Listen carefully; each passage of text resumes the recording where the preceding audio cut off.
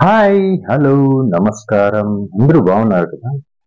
ఈ రోజు మీకు ఒక బెంగళూరులో ఫేమస్ అయిన ఒక ఏరియాకి పిలుచుకుపోతున్నాను. ఎక్కడికి వెళ్తున్నామంటే సువర్ణముఖి ఆలయానికి చూపతున్నాను. ఇది బన్నేరుఘట్టలో ఉంటుంది, బెంగళూరు. కొత్తగా ఎవరు ఈ వీడియో చూస్తున్నారు, లైక్ చేసి సబ్స్క్రైబ్ చేయండి. నా పేరు శివకుమార్. బిలీవ్ వ్లాగ్స్ మీరు చూస్తున్నది తెలుగు ఛానల్ బ్రో. ఈ ఆలయం బన్నేరుఘట్టలో ఉంటుంది. ఇక్కడికి రావడానికి అన్ని పక్కల నుంచి బస్సులు అవైలబిలిటీ ఉన్నాయి. బెంగళూరులో శివాజీ నగర్, మెజెస్టిక్, ఆర్కేట్ అన్ని పక్కల నుంచి బస్సులు ఉన్నాయి. ఇక్కడికి రావడానికి 25 కిలోమీటర్ల దూరంలో ఉంటుంది ఏరియా. వెరీ బ్యూటిఫుల్ ఏరియా ఇది. ఇక్కడ వచ్చే ముందు బన్నేరుఘట్టలో ఎంటర్ అయిన తక్షణ కింద ఒక ఆలయం చూశారు కదా. ఇప్పుడు ఆ ఆలయంలో అన్నప్రసాదం దొరుకుతుంది ప్రతిరోజు. ఇక్కడ కూడా విజిట్ చేసుకొని మనం ఇక్కడి నుంచి ఇంకా 2 కిలోమీటర్ల ముందుకు వెళ్ళాలి. ఇక్కడ చాలా ఫేమస్ అయిన చరిత్ర ఉంది. ఆ చరిత్ర ఏంటి అనేది మీకు చెప్తాను. రండి ముందుకు వెళ్తాము. ఇలా ఉంటుంది. ఇదంతా కాలుదారి.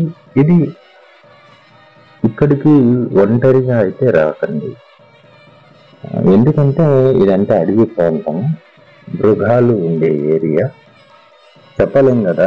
అందుకోసం ఒంటరిగా వద్దు. ఒక 4-5 మంది గ్రూప్గా ఉంటే బాగుంటుంది.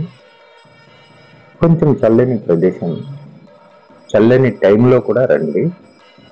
కానీ నేను మండు టెండలో వచ్చాను. మధ్యాహ్నం 11 గంటల ఆ టైంలో వచ్చాను. ఎండ ఉతికి ఆరేసింది నన్ను. ఏం చేయలేను, నేను ఒంటరిగానే వచ్చాను, ఏదో సింగంలా. కానీ బాగా తీసింది నాకు ఎండ. చాలా బాగా ఎక్స్పీరియన్స్ అయింది. అయినా బాగుంది. కాకపోతే ఒంటరిగా రాకండి. చాలా బ్యూటిఫుల్ ప్లేస్ చూస్తున్నారు కదా. నేను ఇదంతా ఎందుకు చూపిస్తున్నానంటే ఇలా ఉంటుంది దారి అనేసి మీకు తెలవాలనేసి నేను ఇలా చూపిస్తున్నాను. ఇదంతా రూట్ ఇట్లే ఉంటుంది, మట్టి రూట్. ఇదంతా ఫారెస్ట్ ఏరియా, చాలా బ్యూటిఫుల్ గా ఉంటుంది. కాకపోతే గ్రూప్ లో వస్తే బాగుంటుంది. ఒంటరిగా వస్తే భయంగా, నేనైతే భయంగా తిరుగుతున్నాను ఎక్కడి నుంచి ఏమొస్తాయో అని ఏం కాలేదు. బట్ అయినా వద్దు, మీరు గ్రూప్ లోనే రండి, చాలా బాగుంటుంది. వెళ్తూ కొన్ని చూసుకుంటూ వెళ్ళొచ్చు. కొన్ని అక్కడక్కడ మీకు మంచి సీనరీస్ కనిపిస్తుంటాయి. ఇప్పుడు ఇలా ఇది చాలా బ్యూటిఫుల్ గా అనిపించింది నాకు. చాలా బాగుంది, నాకు బాగా నచ్చింది. ఇది ఏమి అనేది కూడా నాకు తెలియదు, అక్కడ ఏమి కూడా రాయలేదు. చాలా బాగుంది చూడటానికి. ఇక్కడ ఏదో కోరికలు కోరుకుంటే పేరుస్తారు కదా రాళ్ళు, అలాంటివి కూడా పేర్చారు.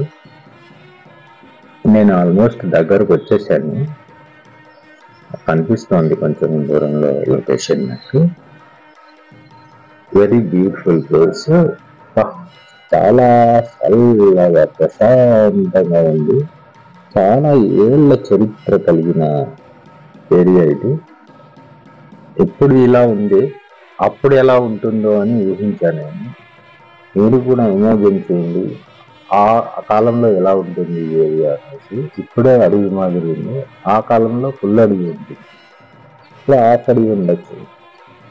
చాలా బ్యూటిఫుల్ ఏరియా. ఇక్కడంతా మీకు దేవుళ్ళు ఉన్నారు, అంతా దర్శనం చేసుకొని అలా ముందుకు వెళ్తే మీకు చాలా సుందరంగా, అందంగా, నీట్గా మెయింటైన్ చేయలేదు. ఎందుకంటే ఇది ఓపెన్ ప్లేస్ కాబట్టి. సాటర్డే సండేలో అయితే మీకు చాలా జనం వస్తారు. చూడండి, ఇలా వెళ్తూ ఉంటే మీకు ఇది ఫేమస్ అయిన కోనేరు. ఇక్కడ లోపల ఆంజనేయ స్వామి ఉంది. ఈ కోనేరులో స్నానం చేస్తే చర్మ రోగాలు పోతాయి అనేసి ఒక కథ ఉంది. ఇక్కడ సంవత్సరానికి ఒకసారి ఆ నీళ్ళంతా క్లీన్ చేసి ఆంజనేయుని చూడొచ్చు. ఆ టైంలో వస్తే మీరు చూడొచ్చు.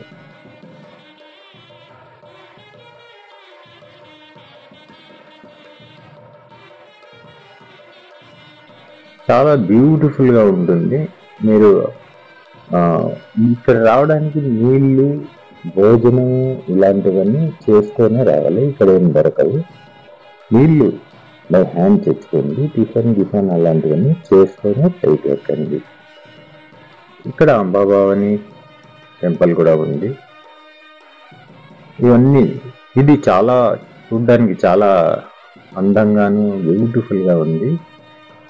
ఇది అక్కడ లోపల ఉన్న ఆంజనేయుడు అక్కడే ఉన్న శిలని కనిపించింది, అక్కడే కట్టారు ఈ కోనేరుని. చాలా బ్యూటిఫుల్గా ఉంటుంది ఆ కోనేరు. ఇది భవానీ శంకర్ మందిరం. ఇది చాలా బ్యూటిఫుల్గా ఉంటుంది. ఇక్కడంతా కొంచెం రిలీఫ్గా కూర్చోవచ్చు. మీరు కొంచెం జనం ఉండే టైంలో వస్తే బాగుంటుంది. చాలా బ్యూటిఫుల్ ప్లేస్. నచ్చిందా? నచ్చితే చూసి అలాగే వెళ్ళిపోకండి. లైక్ చేసి సబ్స్క్రైబ్ చేయండి. Tata bye bye, see you next video.